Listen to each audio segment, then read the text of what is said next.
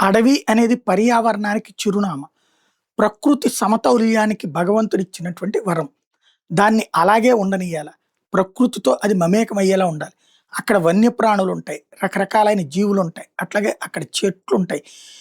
గంధపు చెట్లు కొట్టేయగూడదు. అట్లాగే అక్కడున్నటువంటి ఏదైతే ఈ ఎర్ర చందనం చెట్ల కోసం దోపిడీ జరగకూడదు. అడవుల్ని ఆక్రమించుకుని పొలాలు కాకూడదు.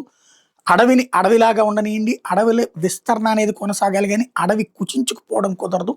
ఆ విధంగా అడుగులు వేయండంటూ అటవీ శాఖ అధికారులకి, అటవీ శాఖ ఉద్యోగులకి పవన్ కళ్యాణ్ పిలుపునిచ్చారు. అటవీ శాఖ మంత్రి హోదాలో వాళ్ళతో జరిగినటువంటి వర్క్‌షాప్‌లో గతంలో పెద్దిరెడ్డి లాంటి వాళ్ళు అడవులను ఆక్రమించుకున్నారని తెలిసి ఆశ్చర్యపోయాను. కడప లాంటి చోట్లన అడవుల్ని ఆక్రమించుకున్నారు వైసీపీ వాళ్ళని ఆశ్చర్యపోయాను. అడవుల్ని ఆక్రమించుకోనీయకుండా చూడండి. అడవులు ఆక్రమించుకుంటుంటే ఎలా చూస్తూ ఊరుకున్నారు నాకర్థం కావట్లేదు అంటూ అడవులు ఆక్రమణ కాకుండా చూడమని ఆదేశాలిచ్చారు.